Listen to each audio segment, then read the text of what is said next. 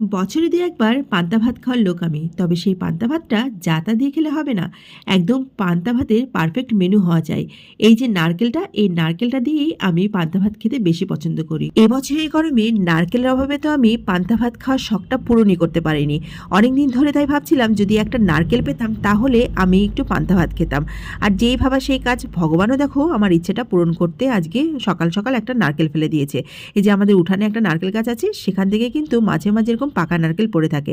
তবে সব নারকেল যে ভালো হয় তা নয়, কিছু কিছু নারকেল আবার শুকনোও থাকে, ভিতরে একদমই জল থাকে না। তবে এই নারকেলটার ভিতরে কিন্তু জল আছে। তো চলো, নারকেলটা যখন পেয়ে গেছি তার মানে আমার পান্তা ভাত খাওয়ার শখটা এবার পূরণ হবে। রাতের বেলা শুধুমাত্র আমার জন্য একটুখানি ভাত করে রেখেছি। এই দেখো, এর মধ্যে এবারে দিয়ে দিচ্ছি জল।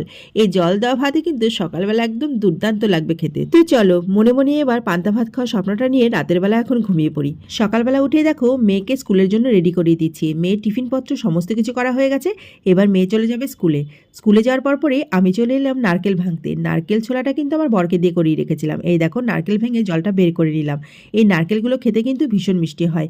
দাঁড়াও দাঁড়াও, একটা খেয়ে দেখি যে সত্যিই মিষ্টি কিনা। হ্যাঁ, তাই তো, সত্যিই খুব মিষ্টি ছিল নারকেলটা। এবারে সমস্ত নারকেলগুলোকে আমি তুলে নিচ্ছি। এই দেখো, চলে এলাম এবার আলু মাখাতে। আলু মাখা ছাড়া কি আর পান্তা ভাত খাওয়া জমে? এই দেখো আলুটাকে সেদ্ধ করে একদম ঝাল ঝাল করে আমি মেখে নিচ্ছি। কত সুন্দর দেখো আলু মাখাটা দেখতে হয়েছে, মনে হচ্ছে যেন এখনই খেয়ে নিই। এবারে চলে এলাম আসলে প্রিপারেশনে। এই দেখো পান্তা ভাতটা কত সুন্দর সলসলে হয়ে আছে। এই ভাতটাকে এবার আমি বেড়ে নিচ্ছি। ভাতের মধ্যে এখন দিয়ে দিচ্ছি পান্তা ভাতের জল, আর এখন দেব আলু মাখা। উফ, যা দেখতে লাগছে না! এবারে যে জিনিসটা দেখলে তোমরা একদমই চমকে যাবে সেটা হচ্ছে দেখো কাঁচা লঙ্কা। কতগুলো কাঁচা লঙ্কা আমি নিয়ে নিয়েছি। একদম ঝাল ঝাল করে নারকেল দিয়ে এই পান্তা ভাত খেতে কিন্তু আমার বেশি ভালো লাগে। দেখো লবণটাও কিন্তু পরিমাণ মতো আমি নিয়ে নিলাম। আর সেই সাথে যে জিনিসটা ছাড়া আমি পান্তা ভাত খেতেই পারি না সেটা হচ্ছে নারকেল।